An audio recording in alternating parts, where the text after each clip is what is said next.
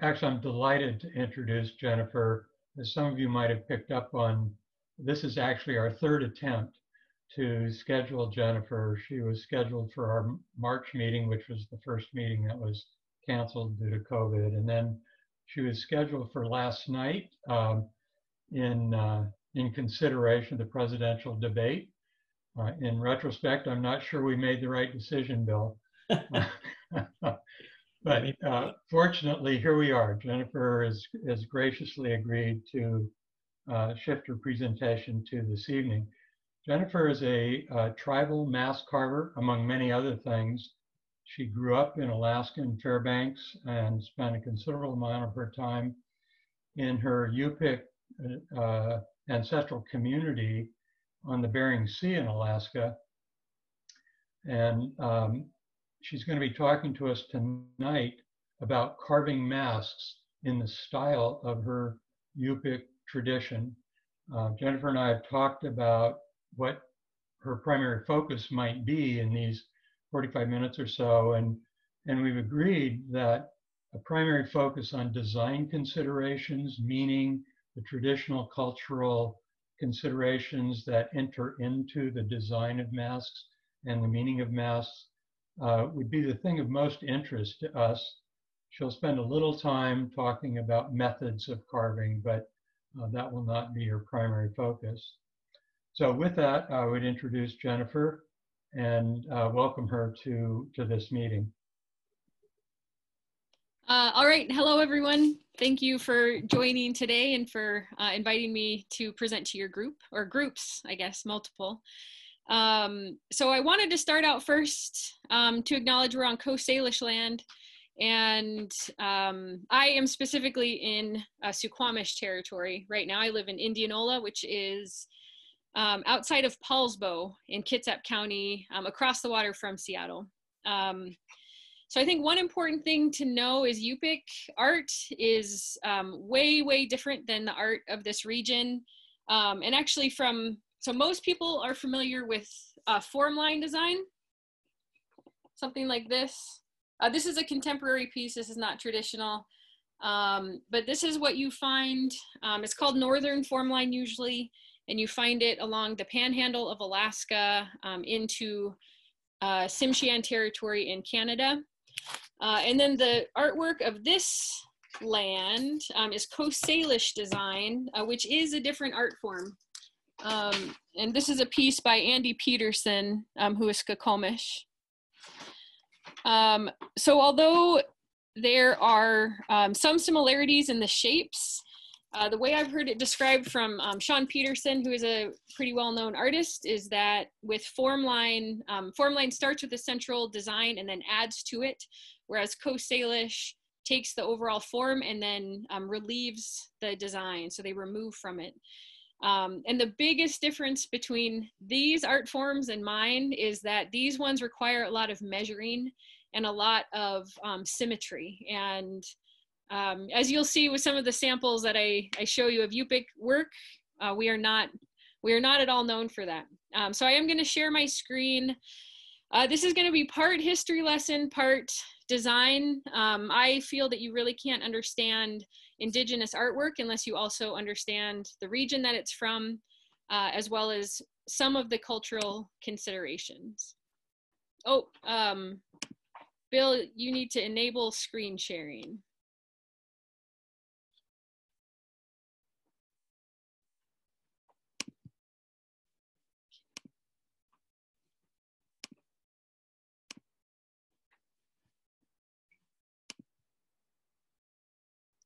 All right, can everyone see that? Yep. Yes, we got it. Okay, so my full married name actually is Jennifer Angaiak Wood. It is a bit of irony that I married someone with the last name Wood since I'm a carver. But Angaiak is my maiden name. Yupik people traditionally only had one name. And when missionaries came out to my dad's region and was assigning names to people, my grandpa decided he would take his brother's name as our last name rather than a name that was assigned. So I'm Yupik on my dad's side of the family, Irish Italian on my mom's, and they actually met when my mom was a volunteer in the village next to my dad's. And I focus mostly on carving. I also do some printmaking and beadwork. My parents are Marie and Andy Angaiak of Fairbanks, Alaska. My grandparents are Mike and Susie Angaiak of Tanunic, and Kip and Pat Morey of Menlo Park, California. And in Yupik tradition, you always introduce your family so that people know where you come from. So this is a map of Alaska in the little thumbnail up there in the corner. And the southwest region is where Yupik people are from. And I've underlined in blue where Tanunic is. It's right on the Bering Sea. And so when you look out, all you see is ocean. And there is no way to get out there by road. You can only fly or get there by boat. And so the last time I was out was in 2018, and I was able to bring my husband and kids. So this is you can see in the upper right there, a view from the airplane. They're very small planes, I think no more than 10 seats.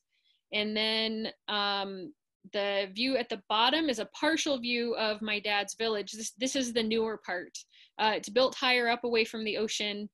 Back in the 40s through the 60s, the state came through and told the people of the villages in Alaska that they had to settle in one place.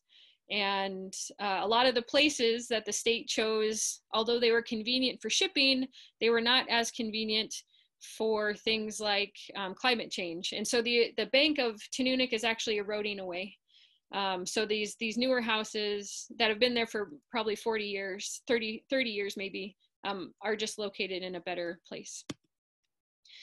So Tanunic is on tundra, and you can see there are no trees. So it's very unusual that Yupik people are carvers, or best known for carving. But the reason is we collected driftwood, and I'll get back to that in a little bit. There's also a lot of this grass you can see, and that is used for storage containers and weaving, things like that. This blue house is where my dad's family grew up in. He originally had 14 siblings, 11 survived. And so if you remove that front part and the part right behind it there to the left, and you can kind of off to the right, you can see a little piece of a building poking out. That was the original house, and it was only 2 rooms. But from that house, you can see the view of the river. That little black house is the storage house where they would keep dried fish. And then I also included some pictures of drying racks for fish, mostly herring fish, because people out there still rely heavily on subsistence lifestyle. It's very expensive to ship things out there. So my grandparents were both very well respected elders, storytellers, and knowledge holders. My grandpa is the one holding the crooked knife, probably giving some class maybe in Fairbanks. And then my grandma in that picture on the right, she is the woman in the whitish colored parka on the left. And they used to get brought all over the state to share stories. And so for me, doing the work that I do is a continuation of their tradition. So I also include a picture of men in the Guskig, which is the men's house. This has now fallen apart, but it is where community gatherings would traditionally take place. And they were traditionally semi-subterranean, so any masks that were danced in these structures. And Yupik dancing is practiced today. Some villages didn't practice for a while, but it all depended on the priest who was there, whether or not they allowed Yupik dancing to continue. But these were the activities when masks would be used. So I wanted to cover a little bit about Yupik line design. It's not as well known, but it does factor into some of the work that I'm beginning to do. So all lines tell a story of some sort, even if they are relatively simple looking geometric designs. So on these story knives on the upper right, those top 2 pretty much have lines and circles, and those usually reference Yupik cosmology and spirituality. One of the most important designs was the circle and dot motif, and you can see it on those 2 top examples. That represents our place in the universe. So if you imagine the dot is us, and then the circles around it are the different layers of the spirit worlds around us and the animal worlds. If you look on the figure to the left, you can see the animals have some lines inside of them, and those represented their spirit. Sometimes the stomach or the intestines would also be represented. And then that bottom one is an old piece of ivory. And it's a very, very complex design, but it's telling a story of some sort. Unfortunately, a lot of these stories were lost because when these pieces were collected, the people who collected them didn't always write down where a piece was from or who had done it or what the story was. So anytime we have a story, a lot of times it's a guess, an educated guess by elders who have been able to handle the piece. And then some wood examples. These are bowls. The one on the left is a really large bentwood bowl. It's probably 3 feet by 2 feet wide, or 3 feet wide, 2 feet deep, 2 feet high. And it's believed this was used to store seal oil. When a seal was caught, the oil would be rendered out of the fat, and then that could be used throughout the year to supplement the diet. I grew up eating it with dried fish, and I absolutely loved it. In the upper right is a carved bowl. I was fortunate enough in December to study some of the archives at the Anchorage Museum, and they have just hundreds of these items, and they're so beautifully done. If you look closely, you can see that the rim has a double sort of double indent carved around the entirety of the rim. And then a lot of these also had designs originally painted on the bottom that represented some kind of family motif or family story, which is like the one on the bottom there, the lower right. And that is a carved bowl with a bentwood rim. So the bottom is actually a separate piece. And what is so incredible about these is if you look closely, you can see that the rim changes its width from the curved edges to the straight edges. And those perfectly match with the carved bottom. So I don't know what the method was. Maybe someone does, but they would carve that bottom, they would fit the rim to it, steam it and bend it around, and then lash it together with rawhide. And then these are just a few other items. Spoons obviously are a necessity, so there's just all sorts there. In the upper right are snow goggles. You can find these in wood, bone, ivory, and the idea is if you, I don't know how many of you have been out in a lot of snow on a really sunny day, but it is blinding, and you can actually get a sunburn from the sun reflecting up from the snow. So it can be super bright. You can burn your eyes. And so these would just have little slits in them, and they would make it so you could see and protect your vision. And then this lower right one, this would have been made after Western contact. Those white dots are actually glass trade beads. And no one's quite sure what this was, but it's believed that possibly it's a snuff box for holding tobacco. And so I believe it's a seal holding a baby on her stomach. So then there's a few overall concepts I wanted to address in mask carving specifically. First, I mentioned before, masks were danced during ceremonies and celebrations. Sometimes these were deeply spiritual, and sometimes they were just for fun. So there was a lot of comedy performances as well.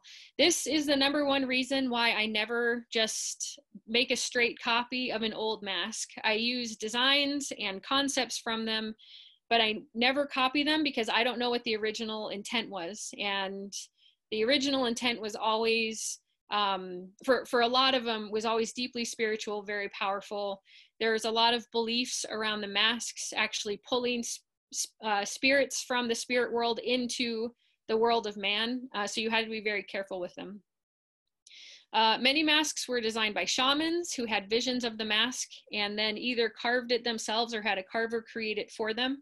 So they would either have dreams or some kind of other vision, and that's how they would decide how they would present the mask.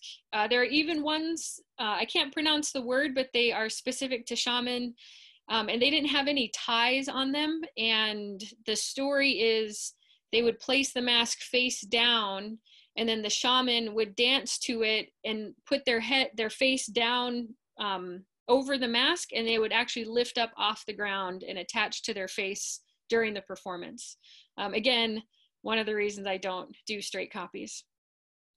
So masks were very powerful and helped people interact with the spirit world. You have ones that are very small, that'd be worn on the forehead, all the way up to ones that were several feet high and so heavy that they would hang them from the roof, and then the person would just stand behind it and dance.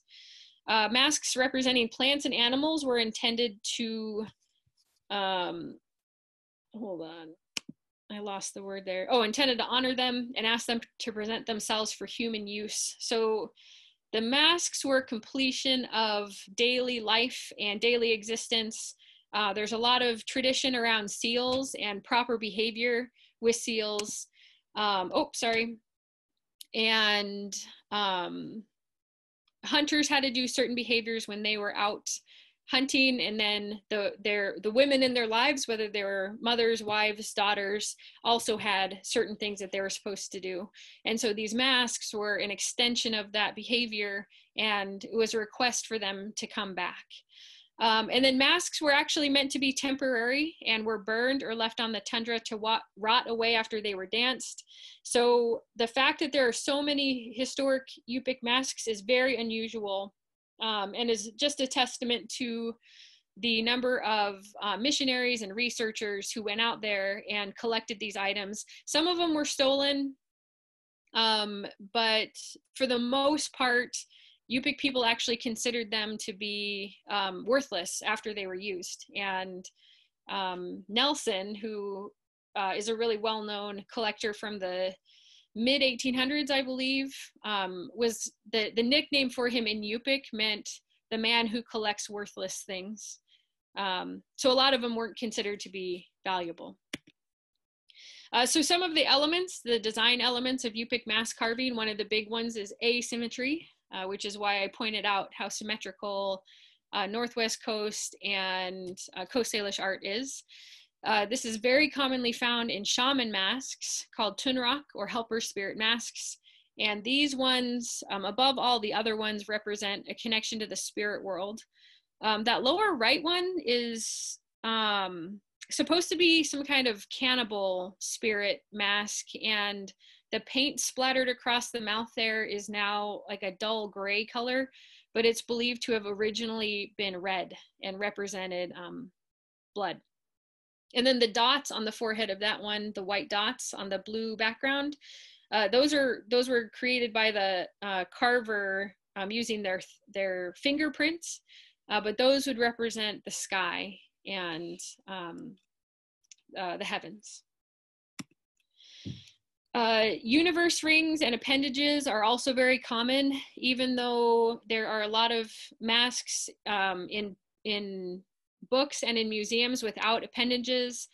It is believed that the vast majority of them did have attachments during their use, and some have been recreated. So the rings represent the universe and our place in it. It's the same as the circle and dot motif. And then rings can be whole or partial. So the one on the left, which is a seal spirit mask there, that is a whole universe ring. But then both the middle one and the one on the right are partial, and both are acceptable.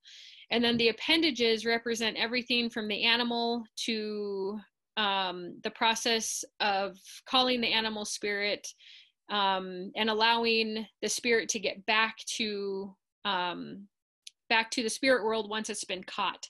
So for example, the one on the left, that face inside, it would be called the Yua or the Inua. That is the human spirit of the seal. And then the hands on either side would be the hands of the hunters. And then the hole in there would allow the soul of the seal, the spirit of the seal, to escape the world of man and go back to the spirit world. Yupik people traditionally do not say that they killed an animal because it's believed that words are very powerful. And if you say that you killed it, then it can't come back. And so Yupik people always say that they caught an animal. And then there is also a very wide variety of Yupik masks. They represent spirit. So there are many forms throughout the Yupik region. There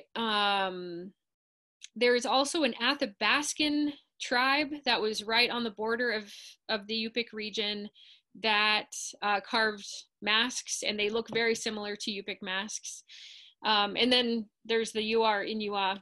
And really the Yuwa could be placed anywhere that it fit. So on the other one, it was placed in the body of the seal. And then on the middle mask here, it's placed in the eye socket. I've also seen them placed in the forehead. And so each one of these has some kind of story that related to whatever was being danced, you know, and really, again, we're not always sure what exactly those stories were. So because no one in my family is a carver, and I grew up in Fairbanks, even though I spent a lot of time in Tununic, I have to reference books a lot. I have a pretty large reference library. Those are all books that have to do primarily with indigenous art, but there's also some about things like making ink or different types of wood and the best uses for them. And then the picture on the right are the ones that I use most often. These have pretty good stories. Especially the two on the left there are by a woman named Anne Feinup Riordan, and she is by far the best of the researchers of that area. But they all have a lot of pictures and a lot of points of reference. So I do want to make note that because the Yupik people were relatively isolated, we were able to practice our culture for much longer than other Native groups. In fact, we were pretty much the last contacted in all of Alaska. So we've had, there of course has been cultural loss over time. All regions of Alaska were heavily impacted by the 1918 flu epidemic. So there's that loss there. That's actually, my dad has told me that's when Yupik people lost their belief in shamans, because shamans also died from the flu and they couldn't heal it. But because of the isolation, we just have a lot more of our material culture and a lot more of our stories that are intact. We have also benefited from researchers accurately documenting Yupik culture and practices. Anne Feinup Riordan, who wrote those two books I mentioned, has actually gone back and corrected previous books that she's written. So she is very, very committed to making sure that she is accurate. And the women she works with who do translations are Yupik, and she always runs everything through them. So we've had a lot of benefits in terms of cultural preservation, which of course is not what happened in many other places. So now to the nuts and bolts. My workspace is actually a shed. That's not the real shed. I couldn't find the good picture I have of it. It's called the sun shed, but it has a lot of light. And then you can see just a quick little inside view there. I use a lot of really random materials. A lot of Native people are sort of collectors of what other people might call junk, but we see it as potential. And I always say I'm never quite sure what I'm going to need. So I've got a lot of stuff and I am slowly getting it organized. And then I carve mostly with chisels. That's how I learned back in high school from my first teacher, Ron Manook.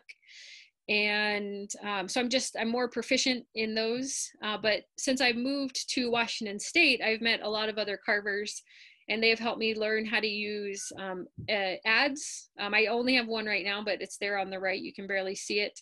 And then also traditional bent knives. Yupik bent knives are a little bit different, but they serve the same purpose in terms of carving and detail work. I carve using red cedar, yellow cedar, alder, and basswood, which comes from a linden tree. And if you didn't know, basswood is the most common wood for wooden blinds because it has a very, very straight grain.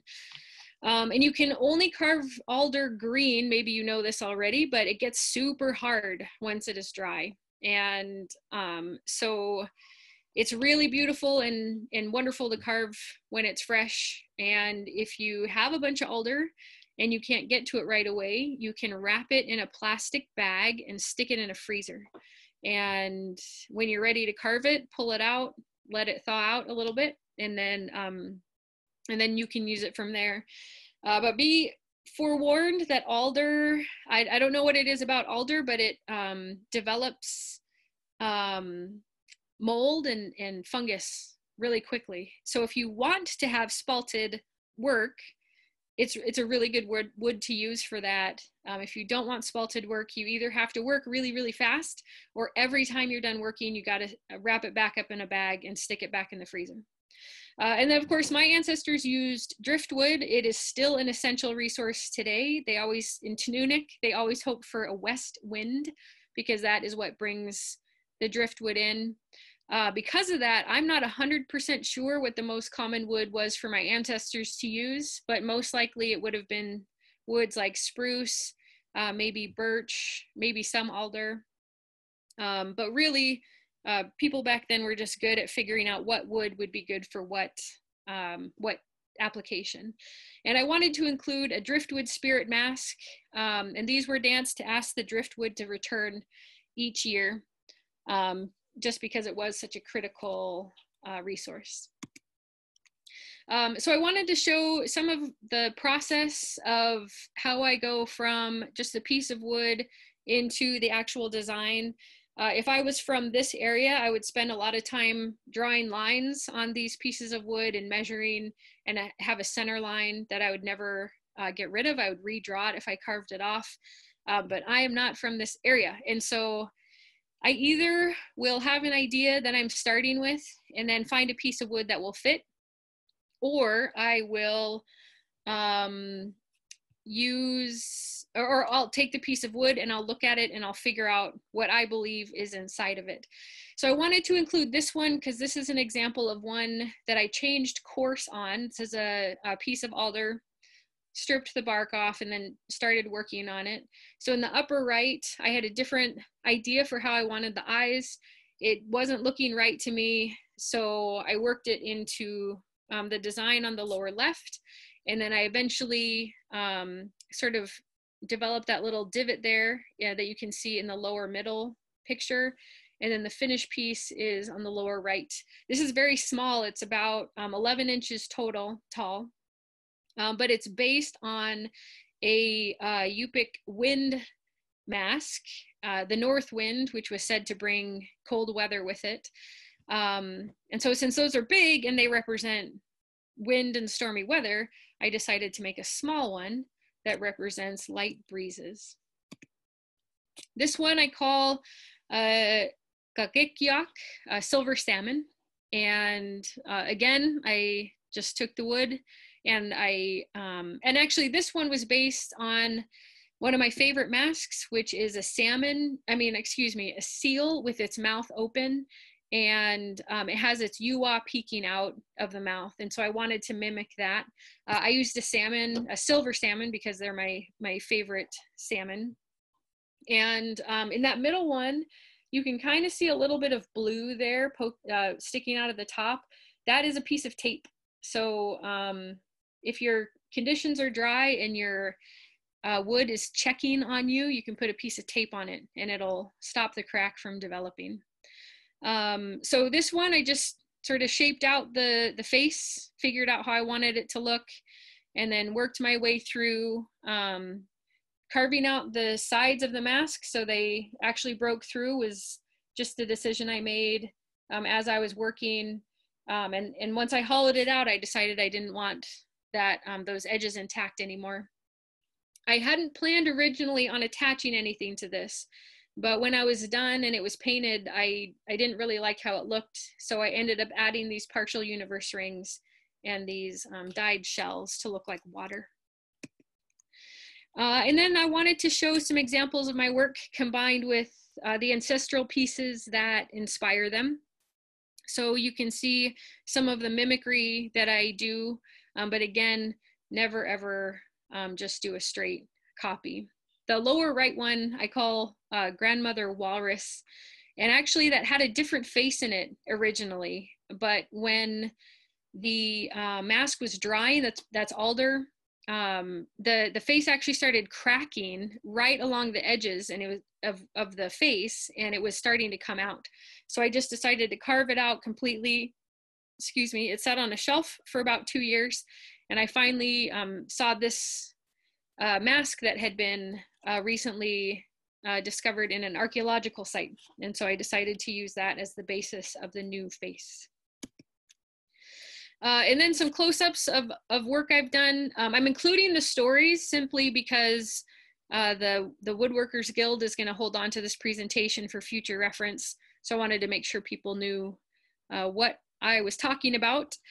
So this one is based on a old Yupik ceremony called the Feast for the Dead, Meshuk. And the idea here was this form with the point coming up along the eyes. That's more common in the southern regions of Alaska down into the Sugpiaq, Alutiiq region.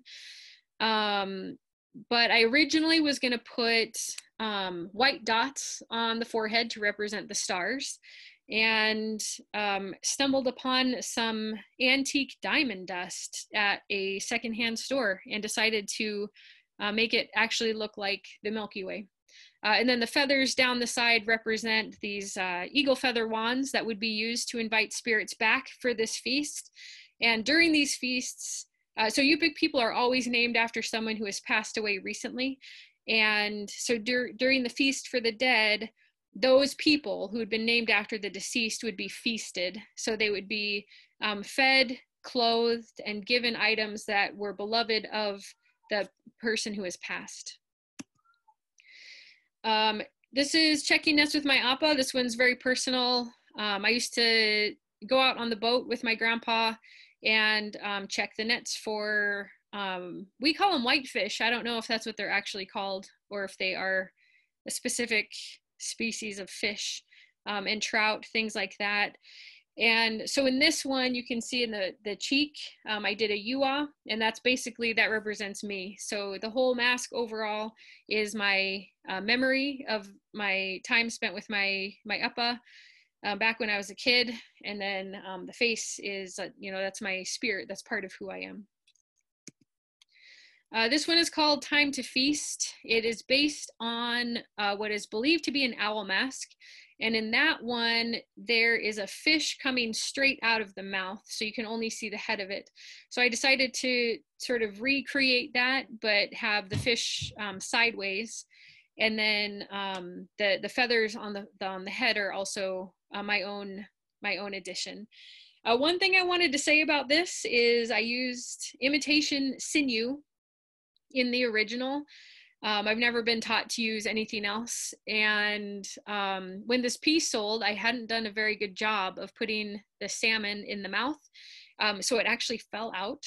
And then the sinew came loose. And luckily, the person who had bought it through the gallery was very gracious and allowed me to fix it. So I did a ton of research and I figured out how to use rawhide. So this is now repaired with rawhide, and then I figured out a much better way to put the salmon in. So one of those seat of my pants experiences, but I learned something new that's going to help me on future pieces.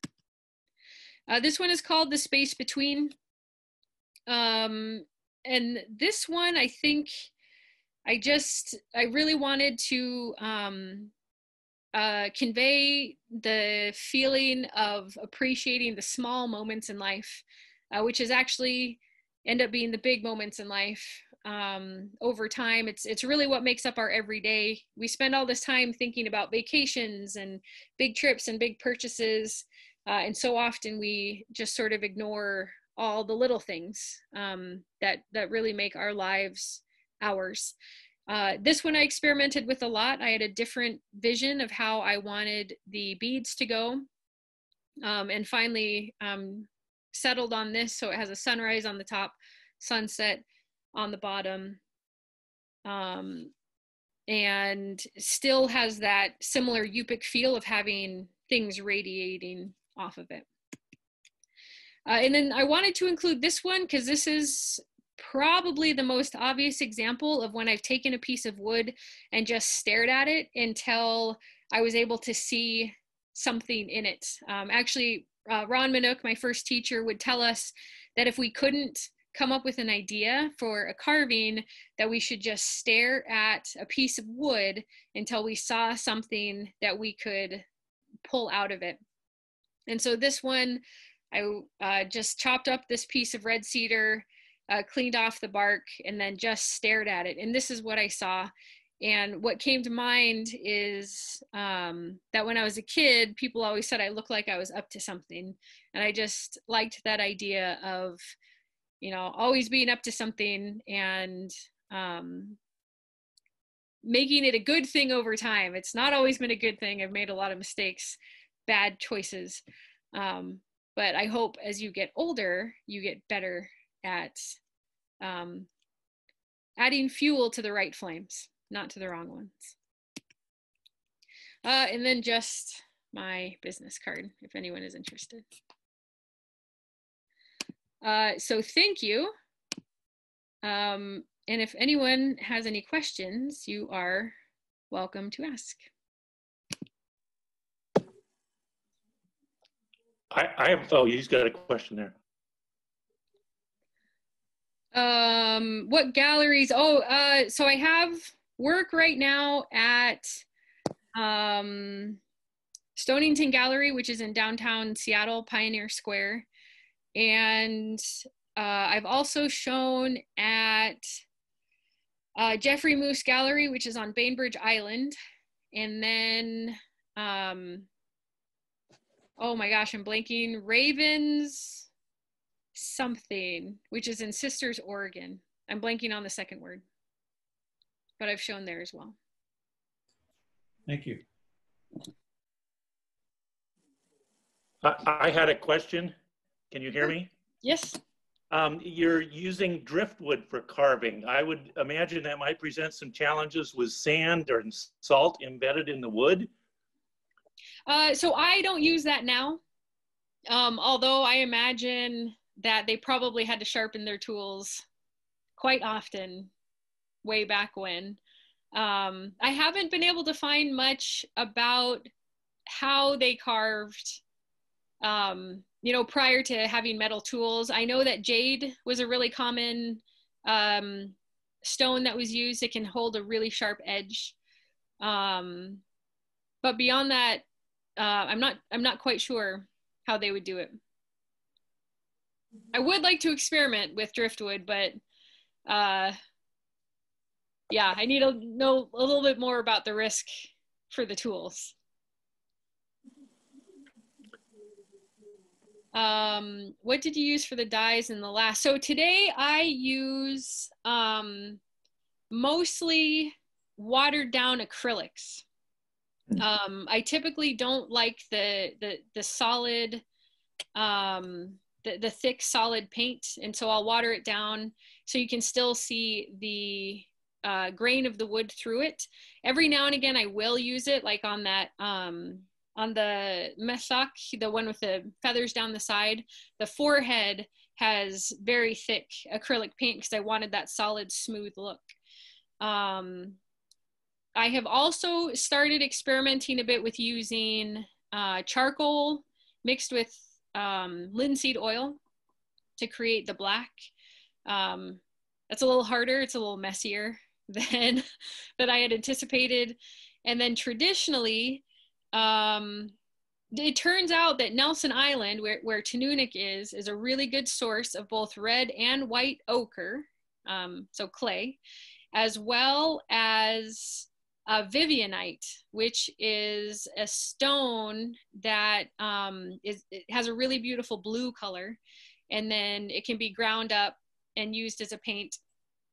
And And then black would be charcoal mixed with seal oil. And I was told recently that most natural black pigments end up turning gray. But a lot of Yupik masks, they still have a pretty vibrant black. And I learned it's because the carvers would use blood mixed in with the paint. And the blood would help retain that rich black color. Huh. They would actually like stick their finger in their nose to make their nose bleed and then put it in their ink or their black pigment. Wow. Hardcore, man. I've got one question. So you say a lot of driftwood has been used over the ages, and your ancestors probably didn't know where the driftwood came from. Now in the modern era, do you know what wood is washing ashore and possibly where it came from? I've heard two different thoughts about that. One is that it possibly comes down the Yukon River. So the Yukon River starts in Canada, cuts across Alaska, and then splits off into the Koyukuk and the Kuskokwim. And so we would be at the Kuskokwim Delta. And so if it's coming from the Yukon, then it's most likely spruce, a lot of spruce, and then other trees in the interior of Alaska, birch, aspen, alder. But the thing is, I tried grabbing a piece of driftwood off the beach here, and it was a disaster, and it turned out it was pine. And so they had to have had a way to figure out which wood they were using. And because they knew they could pick through piles of wood and know what, and set some aside for carving. They would look for pieces of trunk that had a natural curve in it for the prow of kayaks. And then everything else would be, for building their homes or for firewood. But that information, as far as I know, has been lost to the sands of time. The other theory that I've heard is potentially wood coming up even from the Pacific, like Asia. Like Siberia or Japan or something like that. Yeah, exactly. And so if that was the case, I have no idea what it could possibly be.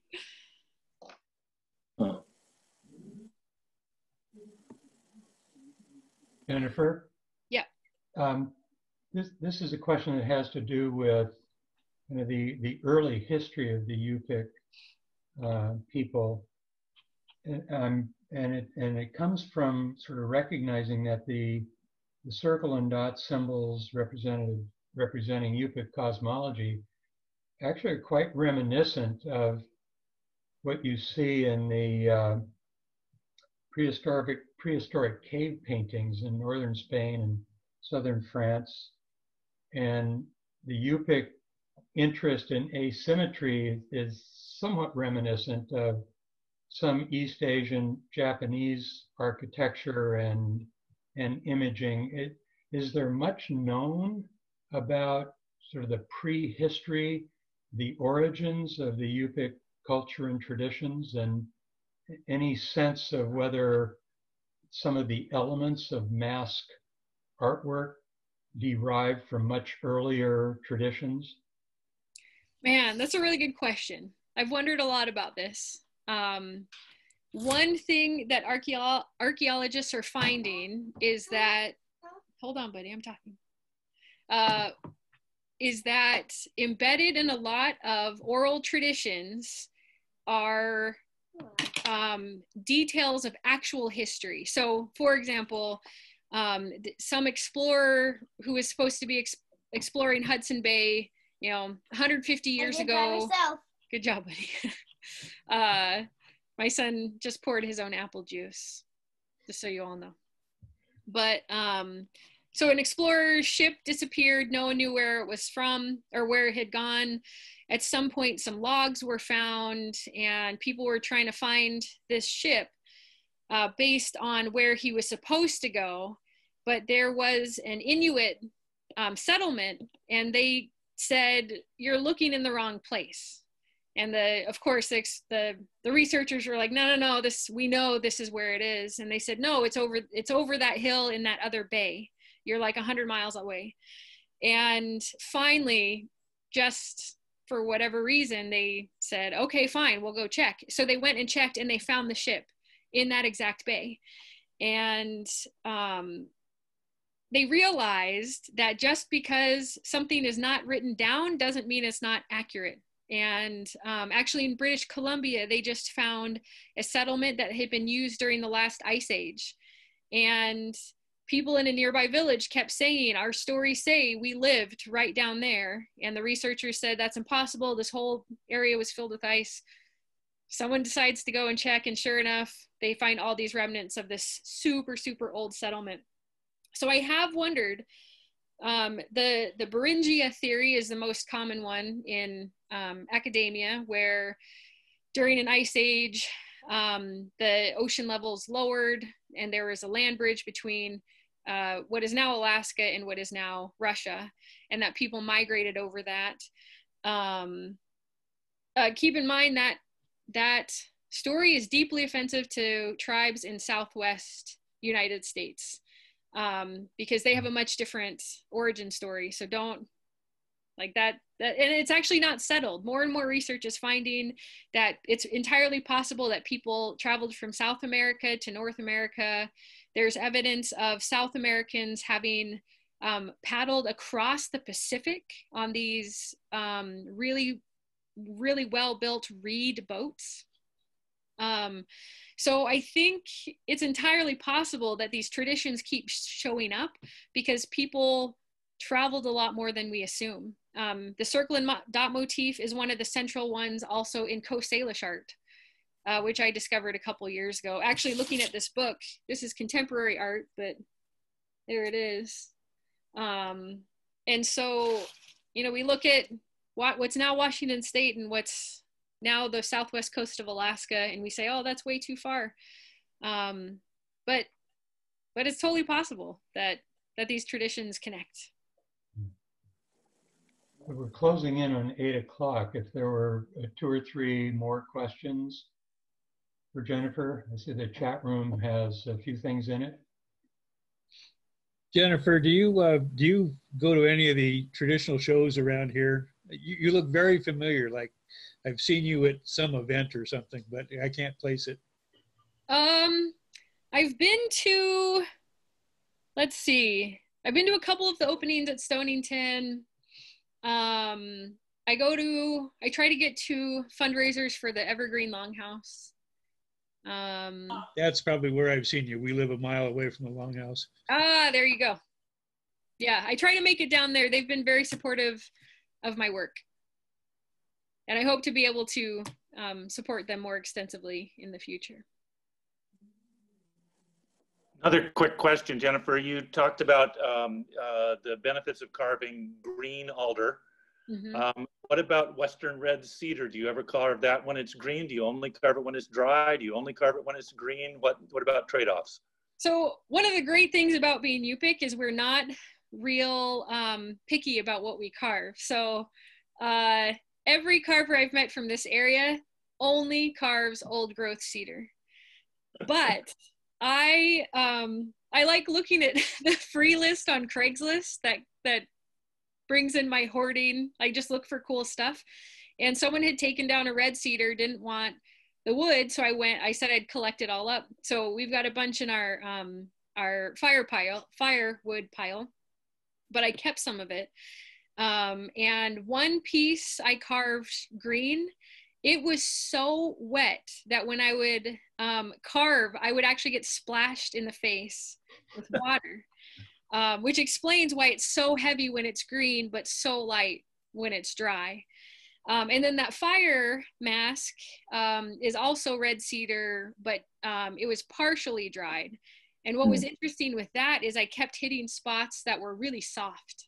And so I don't know if it's the tree, like if it got taken down because of disease, or if that's just a quality of second growth red cedar once it dries. I have another piece I'm going to work on here soon. So that's been sitting for about a year, and I'll see how that treats me. I had a friend, I asked her advice and she said, burn it. Don't carve it, burn it. I was like, yeah, I'm going to try it anyway. Is there a tradition of drying wood at all? How so? Through like early versions of kilns, over fires. Oh, I've only heard modern methods. So what some Mhm. carvers do is Okay. they'll put their piece in a paper bag and then put that in a plastic bag and stick it in the freezer, and it essentially freeze dries the mask.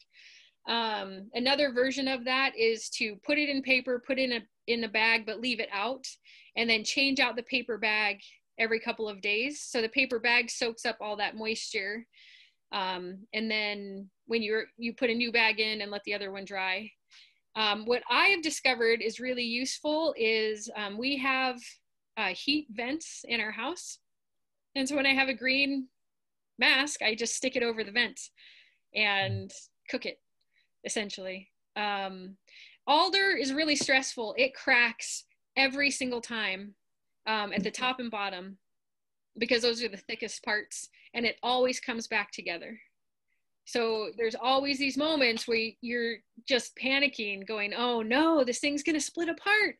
And somehow it's like magic. When it dries, it comes back. And if it's not drying quickly enough, you can microwave it for 30 seconds at a time, and then let it sit for 10 minutes and keep doing that until it gets to a dry enough point that it'll finish closing up. Kind of amazing.